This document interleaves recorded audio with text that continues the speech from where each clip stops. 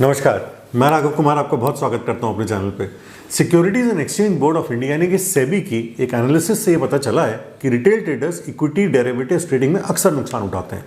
पिछले 3 financial years में लगभग 93% ट्रेडर्स ने ऑन एन एवरेज 2 लाख रुपए का नुकसान उठाया है। रिपोर्ट में FY24 में लॉस मेकिंग इन्वेस्टर्स की टोटल नंबर 91.1% पर पहुंच गई, जो कि FY22 में 89% पर थी, यानी कि इसमें इंक्रीज हुआ है।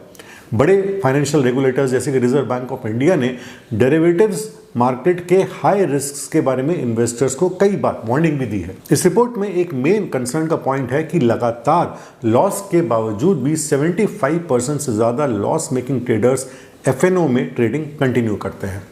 FY24 में लगभग 7.3 मिलियन इंडिविजुअल ट्रेडर्स को ऑन एन एवरेज 1.2 लाख का नेट लॉस हुआ है, जबकि फॉरेन पोर्टफोलियो इन्वेस्टर्स और प्रोप्राइटरी ट्रेडर्स को करीब 28,000 करोड़ और 33,000 करोड़ रुपीस रिस्पेक्टिवली के ट्रेडिंग प्रॉफिट्स हुए हैं। लगभग 3.5% लॉस मेकिंग ट्रेडर्स यानी कि करीब 4 लाख ट्रेडर्स ने पिछले 3 सालों में करीब 28 लाख का एवरेज नुकसान झेला है।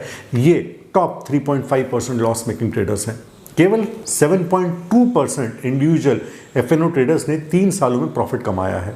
अगर ये फिगर्स यानी कि 3.5%, 7.2% आपको ज़्यादा लग रही हैं, सुनने में ये फिगर्स बहुत कम लगती हैं, 3.5%, 7.2%, और ऐसा लगता है कि सारा का सारा बोझ प्रॉफिट्स का, लॉसेस का इन इंडिविजुअल ट्रेडर्स के ऊपर आ जाता है। बट इससे भी ज़्यादा चौंकाने वाली कुछ फिगर्स हैं जिसके बारे में मैं आपके साथ बाद में डिस्कस करूंगा।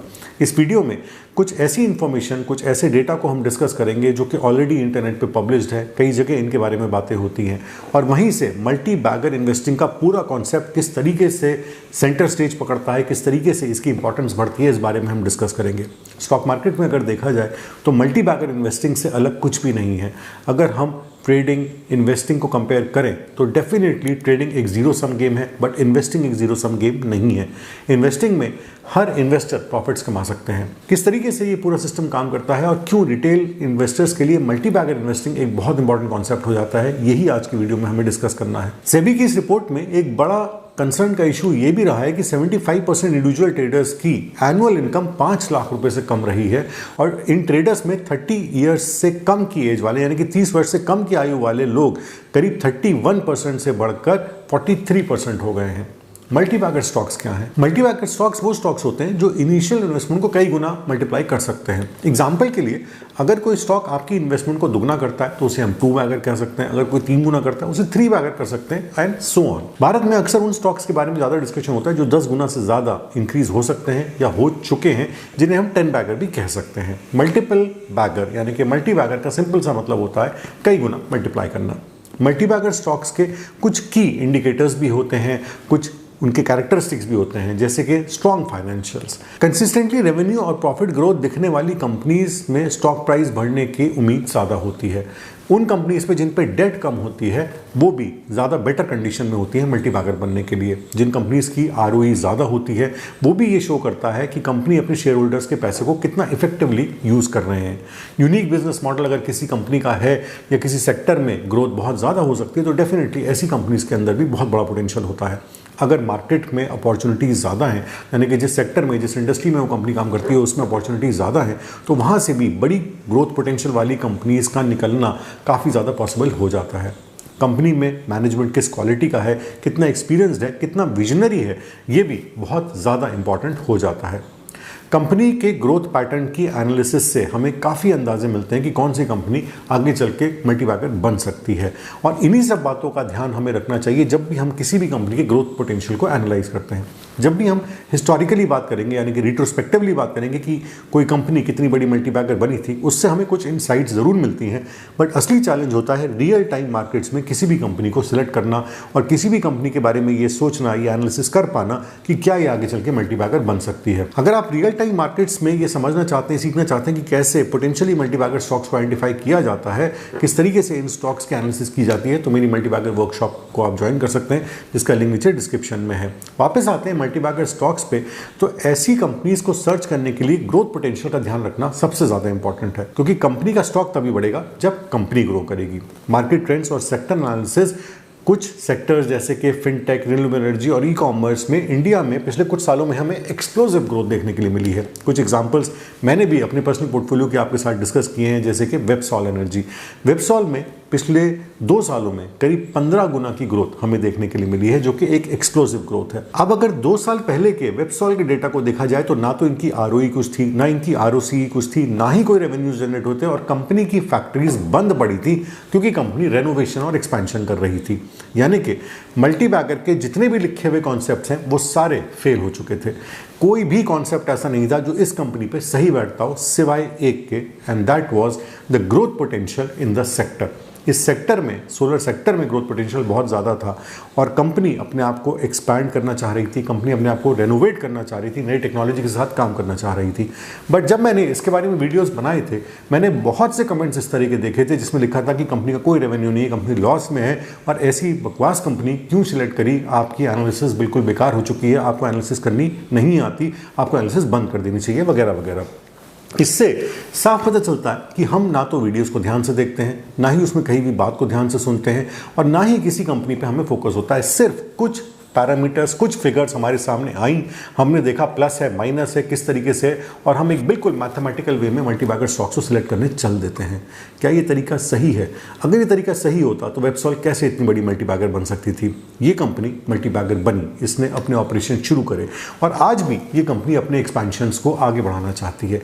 This is what I mean by growth potential and this is what is meant by actual research। जब तक आपकी रिसर्च इतनी इन डेप्थ नहीं होगी तब तक इतने अच्छे मल्टीबैगर्स हम सिलेक्ट नहीं कर सकते। अब ये तो बात हुई आज तक की कि ये कंपनी इतनी बड़ी मल्टीबैगर बनी। हो सकता है आने वाले समय में ये मल्टीबैगर ना बने या यहाँ से ज़्यादा ग्रोथ ना ले, वो आने वाले टाइम में ही हमको पता चलेगा। Fintech, renewable energy, e commerce जैसे सेक्टर्स में कंपनीज के मल्टीबैगर बनने के चांसेस ज़्यादा होते हैं क्योंकि इन सेक्टर्स में काफ़ी ज़्यादा ग्रोथ हो रही है और होनी भी है। इकोनॉमिक न्यूज़ पर, गवर्नमेंट की पॉलिसीज़ पर भी ध्यान देना काफ़ी इंपॉर्टेंट है। कंज्यूमर बिहेवियर को समझना, इमर्जेंट टेक्नोलॉजीज़ को समझना, सेक्टर परफॉर्मेंस के एनालिसिस करना, फिर कुछ लॉन्ग टर्म इन्वेस्टमेंट स्ट्रैटेजीज जो कि मल्टीबैगर स्टॉक सिलेक्शन में और उसके साथ इन्वेस्टिंग में हमें ध्यान रखनी चाहिए ताकि हम लॉन्ग टर्म इन्वेस्टमेंट से प्रॉफिट्स कमा सकें। सबसे पहला पॉइंट आता है पेशेंस। मल्टीबैगर स्टॉक्स रिटर्न्स सालों में देते हैं, यानी कि एक दिन में या एक रात में यहाँ कुछ भी नहीं होने वाला। दूसरा बहुत इंपॉर्टेंट फैक्टर है डाइवर्सिफिकेशन का। सभी इन्वेस्टर्स को ये ध्यान रखना चाहिए कि अपने पैसे को एक जगह इन्वेस्ट ना करें या किसी एक कंपनी में इन्वेस्ट ना करें, अच्छी कंपनीज में डाइवर्सिफाई करके रखें। यानी कि जिन कंपनीज में भी इन्वेस्ट करें उनके अंदर सेम ग्रोथ पोटेंशियल होना चाहिए और हर कंपनी के अंदर मल्टीबैगर बनने का ग्रोथ पोटेंशियल होना चाहिए। 10, 20, 30% के लिए किसी भी स्टॉक में इन्वेस्ट करना it is a pure waste of time, pure waste of funds. यानी कि उसी कंपनी में इन्वेस्ट करना चाहिए जहां पे कई गुना बढ़ने की संभावना हो, ताकि प्रॉफिट लॉस रेशियो हमेशा आपके फेवर में रहेगा। अगर किसी वजह से वो कंपनी आपकी एक्सपेक्टेशन से परफॉर्म नहीं करती तो आपका उतना ही पैसा ब्लॉक होगा या लॉस में जा सकता है जितना आपने उसमें इन्वेस्ट करा है। लेकिन अगर वो कंपनी मल्टीबैगर बनती है तो आपका पैसा कई गुना, 10 गुना, 20 गुना, 25 गुना तक मल्टीप्लाई हो सकता है। जैसे कि मैंने आपके साथ कई बार HBL पावर का एग्जाम्पल डिस्कस किया है। इस कंपनी को जब ये कंपनी मेरे इनिशियल सिलेक्शन के बाद 3 गुना मल्टीप्लाई हुई थी, वहां से लेके 40 टाइम्स मल्टीप्लिकेशन तक हमने इस कंपनी के ऊपर वीडियोस बनाए हैं और इस कंपनी को मैंने आपके साथ बार बार डिस्कस किया है। बार बार डिस्कस करने का सिर्फ इतना सा कारण था ताकि ऑनगोइंग डेवलपमेंट्स को हम समझ सकें, किस तरीके से गवर्नमेंट पॉलिसीज में चेंजेस हो रहे हैं उनको हम समझ सकें और क्या ये कंपनी आने वाले समय में ग्रोथ लेवल्स को, ग्रोथ रेट को और ग्रोथ को, स्केलेबिलिटी को मेंटेन कर सकती है या नहीं कर सकती। इन बातों को समझने के लिए ऐसी केस स्टडीज से जो कि रियल टाइम मार्केट्स में की जाती है हमें बहुत हेल्प मिलती है मार्केट्स को एक्चुअली समझने के लिए। रेगुलर मॉनिटरिंग किसी भी कंपनी के परफॉर्मेंस के लिए बहुत इंपॉर्टेंट है और आपके पोर्टफोलियो के परफॉर्मेंस के लिए भी बहुत इंपॉर्टेंट है।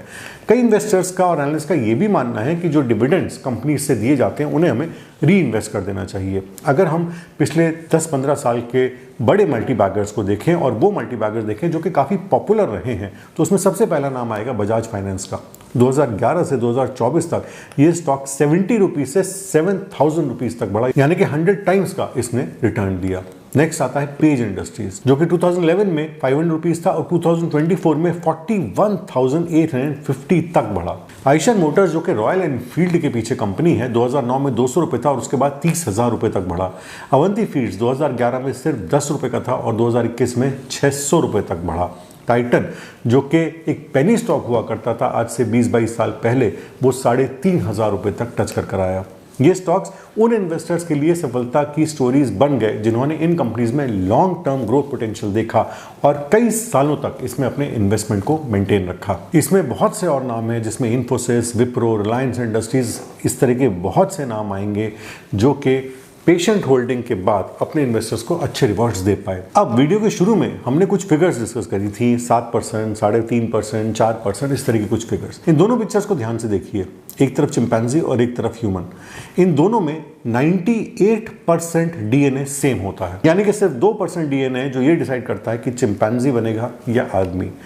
भारत में सिर्फ 1.2% लोग हैं जो इनकम टैक्स देते हैं और इन 1.2% से जो इनकम टैक्स कलेक्ट होता है उससे पूरा देश चलता है। भारत में सिर्फ 55 लाख यानी कि 55 लाख फैमिलीज हैं जिनकी इनकम 1 लाख पर मंथ से ज़्यादा है। अगर परसेंटेज में देखा जाए तो ये 1.5% यानी कि 1.5% से भी कम है टोटल फैमिलीज के कंपैरिजन में। कोई भी ये डेटा मेरा खुद का बनाया हुआ नहीं है, या तो ये आरबीआई की तरफ से पब्लिश हुआ है या गूगल पे आप इसे आसानी से सर्च कर सकते हैं। अलग अलग एजेंसीज ने इस डेटा को पब्लिश किया है। ये एजेंसीज भी काफ़ी ट्रस्टवर्दी हैं। थोड़ा बहुत वेरिएशन हर एजेंसी की स्टडी में आ सकता है, बट ओवरऑल एवरेज परसेंटेजेस यही रहती हैं।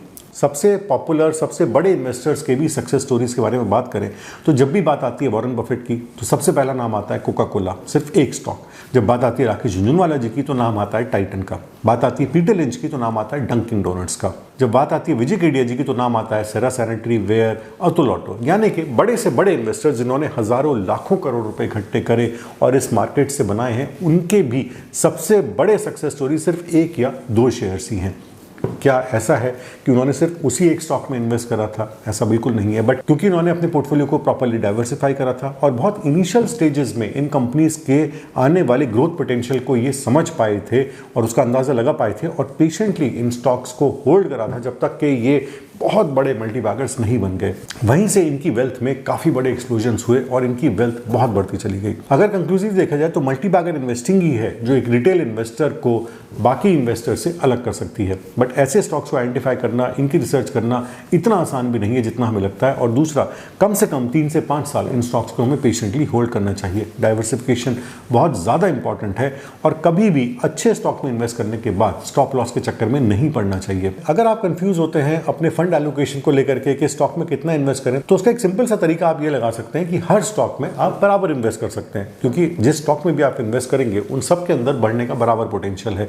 लेकिन किसी भी एक स्टॉक में, एक कंपनी में ज्यादा एलोकेशन ना करके आप अपने पोर्टफोलियो को सेव गार्ड कर लेते हैं कि अगर किसी वजह से वही एक कंपनी परफॉर्म नहीं करी तो आपके पोर्टफोलियो पे बहुत ज्यादा डेरोगेटरी इफेक्ट इसका नहीं आएगा। मैंने अपने डिस्कशन में एक बात कही थी कि कंपनीज की रेगुलर मॉनिटरिंग की हमें जरूरत है। अब रेगुलर मॉनिटरिंग का मतलब ये बिल्कुल भी नहीं होता कि रोज उसके इवेंट्स को आपको वॉच करना है या किसी भी छोटी बड़ी खबर को आपको वॉच करना है या उस सेक्टर के अंदर उस डेप्थ तक चले जाना है जो कि एक इन्वेस्टर के रियल्म से बाहर है या उसके अंडरस्टैंडिंग से बाहर है। कंपनी को कोई भी परफॉर्मेंस दिखाने के लिए, कोई भी एक्सपेंशन करने के लिए, कोई भी ग्रोथ दिखाने के लिए कुछ समय लगता है, कुछ साल लग सकते हैं। उतने दिन हमें पेशेंटली उस कंपनी के स्टॉक्स को होल्ड करना इंपॉर्टेंट है ताकि जो भी कंपनी को टाइम चाहिए अपनी ग्रोथ के लिए वो उसको मिल सके। कंपनी के एनुअल, क्वार्टरली रिजल्ट्स को आप फॉलो कर सकते हैं, कुछ एक्सपेंशन प्लान्स हो तो उसको फॉलो कर सकते हैं और अगर कोई मेजर नेगेटिव न्यूज आती है जिसका लॉन्ग टर्म इफेक्ट हो सकता है तो डेफिनेटली उसको भी फॉलो कर सकते हैं। चलने से पहले आपको याद दिला देता हूं, अगर आपको वीडियो अच्छा लगा तो आप प्लीज वीडियो को लाइक जरूर करिएगा। चैनल पर नए आए तो चैनल को सब्सक्राइब भी करिएगा। और चलने से पहले आपको याद दिलाता हूं कि अगर आप मेरी मल्टीबैगर ग्रोथ स्टॉक वर्कशॉप के साथ कनेक्ट होकर रियल टाइम मार्केट्स में सीखना चाहते हैं कि कैसे कंपनीज की, सेक्टर्स की एनालिसिस की जाती है और मल्टीबैगर स्टॉक्स को सिलेक्ट किया जाता है, तो मेरी मल्टीबैगर वर्कशॉप का लिंक नीचे डिस्क्रिप्शन में है। आज की वीडियो में बस इतना ही। अगली बार फिर मिलेंगे किसी नई इन्फॉर्मेशन के साथ। जय हिंद।